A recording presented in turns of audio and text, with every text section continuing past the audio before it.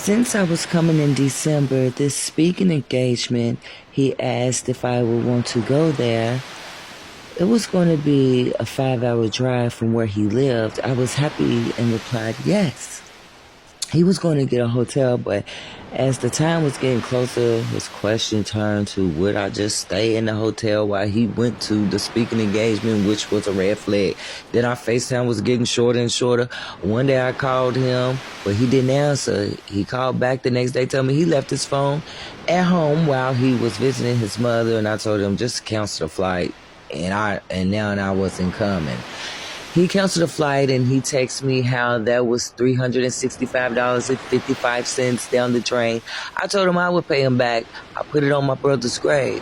The more I thought about it, the more I figured, why should I? And why would I pay for a ticket when he was the reason I had him cancel my flight? I put it on my brother and I didn't want to lie on my brother's name, so I did something that was petty, which he called vindictive. Beth and I looked at one another, anxious to find out what possibly could Crystal and Mitchell do that was considered vindictive in Dr. Ahab's eyes. We both turned our attention back to Crystal and asked at the same time, "What did you do?" I mailed him a letter with 4 $100 bills of Monopoly money telling him to keep the change. Chapter 66. Beth and I burst out in laughter, shocked, looking at Crystal, who was now closing her eyes, shaking her head from side to side. "You two are terrible," she chuckled, looking back up at us. See, I wrote him a letter telling him about himself and told him since he likes playing games, it's only fair that I pay him and play money.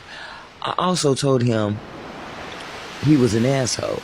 See, he once told me that by us being African Americans, our voices may seem a little, how do I put it? It may seem like when we talk that we seem aggressive or smart aleck.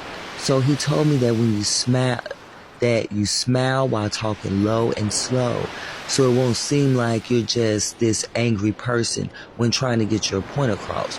So in the letter, I told him that imagine me talking low and slow to kiss my ass, asshole.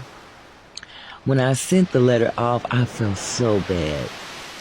He received it and told me that if I was the only woman on earth, he wouldn't want anything to do with me. Beth and I couldn't believe what